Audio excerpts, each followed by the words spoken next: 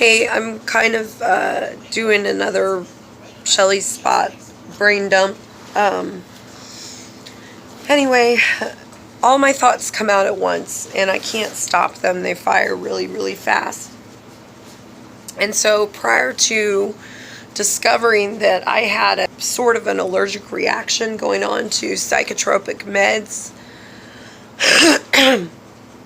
excuse me, I've had a throat problem since probably 2 weeks ago. I still can't breathe.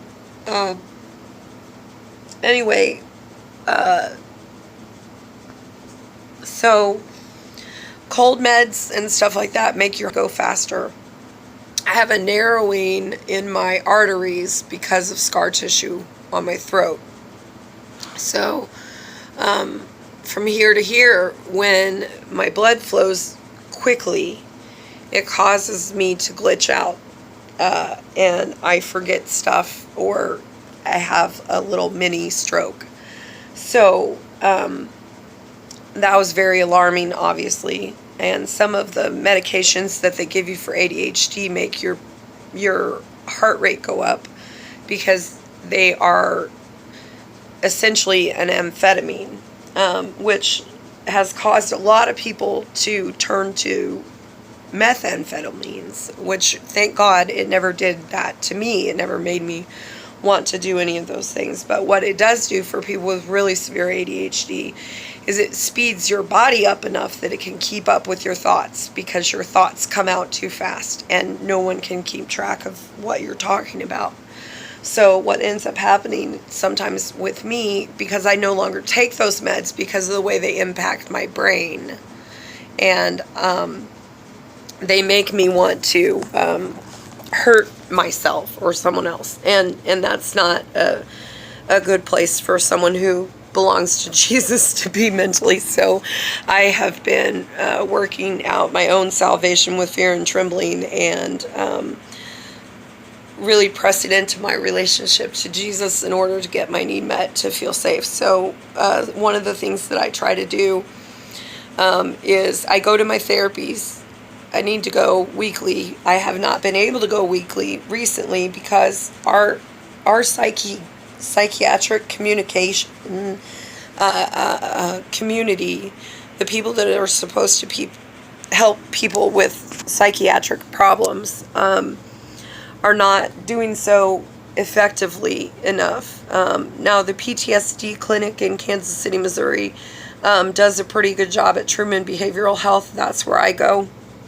And so what you need to do, if you would like to participate in medical cannabis in a legal way, you go to your doctor and get a list of your diagnoses, and then you go to the Green Clinic, which is located in the City Market area, I believe it, Delaware, on Delaware Street. So, and then you get seen by one of their physicians, and then they issue a card and a prescription. And the way that cannabinoids affect people like me, my preference is not to smoke cannabis. My preference is actually to consume it. And so I can take it like a little pill, like just in a capsule, and just swallow it down. And the impact that it has on my abilities is almost like when you take one of those nose Neil sinus med things with salt water in it, and you rinse out your sinuses. That clogging comes out through your nose. That's almost what it feels like it does in my brain. It's like all of that built up cloud of not clear thoughts slows down and gets directed into my brain. It's able to then come out of my mouth in an intelligible way. So I currently reside in a place that doesn't allow me to participate in my life in a normal way. because I'm not allowed to take my medication here. So I'm doing everything I can to get myself removed from the premises in the most expeditious possible way. So what I'm lacking to be able to live in my own house is electricity and running water. Those items should be purchased within the next 3 weeks, but I've been working like a woman on fire to get them done. So step one is to get my car fixed, then to get my water in, and then to get my solar panels and my inverter so that I can move the place and still be able to finish it. Because what ended up happening was it got moved from one farm to another. We're on the church property now, and Pastor Shane has worked very hard to overcome substance problems, as has his wife, and they don't wish to have it near them, and I respect their authority and I will absolutely adhere to that. But I also have to look out for my best interest, and psychotropic meds cause me to want to kill myself. And I don't ever plan on participating in poor mental health and bad healthcare choices for myself ever again. So I have to do what I have to do to stay alive and to keep my sanity. So, and the sanity of those around me, because what I end up doing is flinging stuff everywhere and driving everyone nuts, and then they yell and scream at me, which triggers me, which causes me to run away inappropriately and or fight or freeze. And I'm not okay with dealing with that level of anxiety ever again. And so I need weed to not do that, and I'm not going to apologize for that. It says in Genesis that we were given seed-bearing plants for our nourishment and refreshment of our souls, and I'm not going to apologize for partaking in a way that doesn't make me high. It makes me clear, and so I'm not going to have to answer about that to anyone. It was known that that's how I medicate.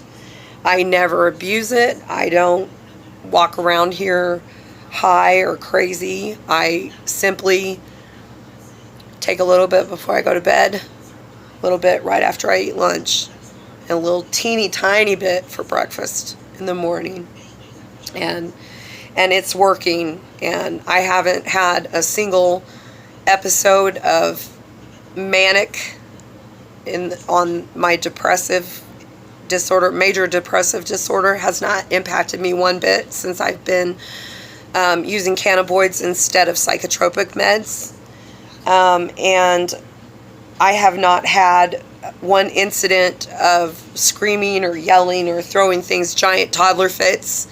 I haven't had any type of wanting to run away and never come back and face my life again. I have not had one incident of accidentally assaulting people like I did when I first got sexually assaulted this last time. I punched somebody in the throat. I kicked somebody down the stairs. I've done bad things because my anxiety is bad. That's why they prescribed me a service dog, which 90% of the community out there in Kansas City has no clue what the law states about service animals. There are so many businesses here that completely do not allow you to come inside with a service animal, and that's illegal. I need to get cards printed up to say what you can do, what my rights are. I'm not trying to hurt anybody. I'm not trying to do anything. My dog stays with me. She attends to me. She looks at me. She makes sure that I'm not freaked out. She makes sure that I know where everyone is in the room. She makes sure that no one sneaks up on me. So I have a moment to prepare myself when someone's coming. And I can't tell you how many times I've gotten kicked out of places because I had my service animal with me. You think I'm going to leave my puppy dog in the car when it's 115 degrees in there? No, that's not happening. She's coming inside with me. You're just going to have to deal with that, businesses. Please familiarize yourself with the Americans with Disabilities Act. and what PTSD symptoms do to people. And the only way that I'm going to be able to have a normal life right now, it isn't because I don't have faith in Jesus, because I got faith in the world in Jesus. What I don't have faith is in the citizens in my area of town who do not behave in humane ways towards other people. And I'm afraid of like having to communicate with my eyeballs or blow through a straw to be able to roll across the room or anything like that. And strokes and panic attacks feel very much like you're about to die any minute. So if you want to judge me, you can do that, but that's between you and the Lord. He knows my heart, and He knows that I love Him full blast. And because I take a different kind of medicine than you agree with, doesn't mean that I'm any less a follower of the Lord Jesus Christ as you are. So I'm sorry about your opinions not matching up with mine. I have no ill will. I love you guys with all my heart, but I got to keep it moving. So for me and for my family, and I hope that we can continue to be refreshed by friendship together and fellowship.